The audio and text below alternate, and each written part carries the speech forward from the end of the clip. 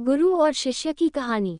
सच्चे ज्ञान की राह। बहुत समय पहले की बात है। हिमालय की एक शांत घाटी में एक आश्रम स्थित था।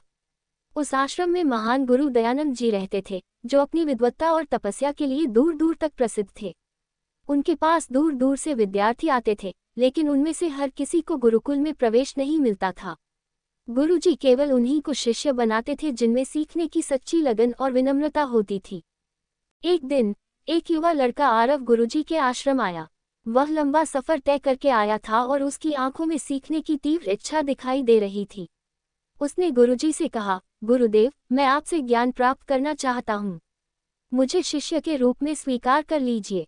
गुरु दयानंद ने उसे देखा और कहा, ज्ञान प्राप्त करने की इच्छा अच्छी बात है, परंतु ज्ञान का मार्ग आसान नहीं है। इसमें धैर्य, समर्पण और सेवा की भावना की आवश्यकता होती है। आरव ने सिर झुकाकर कहा, गुरुदेव, मैं किसी भी परीक्षा के लिए तैयार हूँ। गुरुजी ने आरव को शिष्य रूप में स्वीकार किया, लेकिन उसे तुरंत शिक्षा देना शुरू नहीं किया। उन्होंने पहले आरव को आश्रम के कामों में लगा दिया। आरव सुबह जल्दी उठता, आश्रम की सफाई करता, पानी भरता और गुरुजी तथा अन्य शिष्यों की सेवा करता। वह दिन भर काम करता, लेकिन उसे कभी शिक्षा की चर्चा नहीं होती थी। एक दिन आरव ने हिम्मत करके गुरुजी से पूछा, गुरुदेव, मैं यहाँ ज्ञान की प्राप्ति के लिए आया था, लेकिन मुझे अब तक शिक्षा आरंभ नहीं हुई। क्या मुझसे कोई गलती हुई है? गुरुजी ने मुस्कुराते हुए कहा, पुत्र, तुम शिक्षा की पहली सीढ़ी पर हो।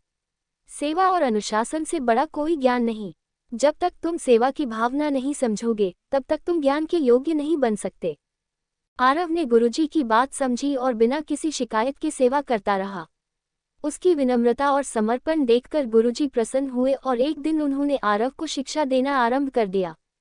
गुरुजी ने आरव को विभिन्न शास्त्र, ध्यान, योग और जीवन के गहरे सत्य सिखाए। आरव जल्दी ही गुरुजी के सबसे प्रिय शिष्य बन गया, लेकिन गुरुजी ने उसे एक आखिरी परीक्षा के लिए तैयार करने का निश्चय किया। गुरुजी ने आरव से कहा, तुमने शिक्षा ग्रहण कर ली है, लेकिन ये देखना है कि तुमने इसे अपने जीवन में कितना उतारा है। मैं तुम्हें एक कठिन कार्य सौंप रहा हूँ। इस घाटी के पार एक निर्जन जंगल है। वहाँ कुछ दिनों के लिए जाकर तप करो और ध्यान करो। रास्ता कठिन होगा, लेकिन ये तुम्हारे ज्ञान की असली परीक्षा होगी। आरव बिना किसी संकोच के जंगल की ओर चल पड़ा। वहाँ का वातावरण डरावना और चुनौतीपूर्ण था। दिन भर की तपस्या और ध्यान के बाद भी रात को जंगली जानवरों की आवाजें और ठंड उसे परेशान करती थी। लेकिन उसने गुरुजी की शिक्षा को याद किया और धैर्य नहीं खोया। कई दिन इसी तरह बीत गए।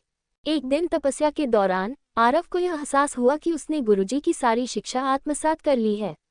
उसमें एक तरह का गर्व आ गया कि वह अब सब कुछ जान गया है। उसी रात उसे एक बुजुर्ग साधु मिले जो देखने में कमजोर और भूखे लग रहे थे।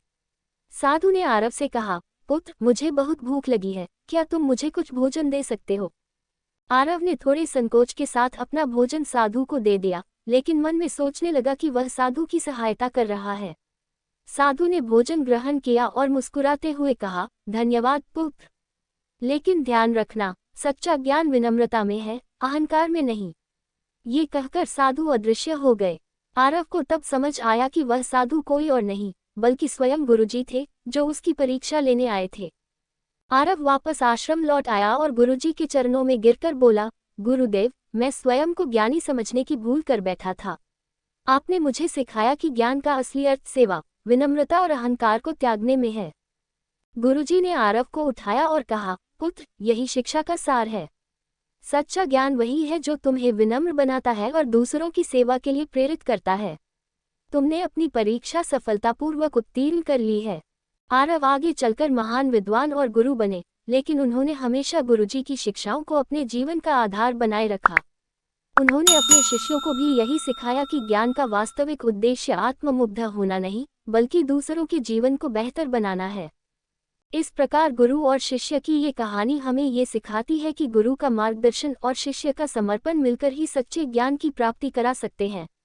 गुरु हमें सिर्फ विद्या ही नहीं, बल्कि जीवन जीने की कला भी सिखाते हैं।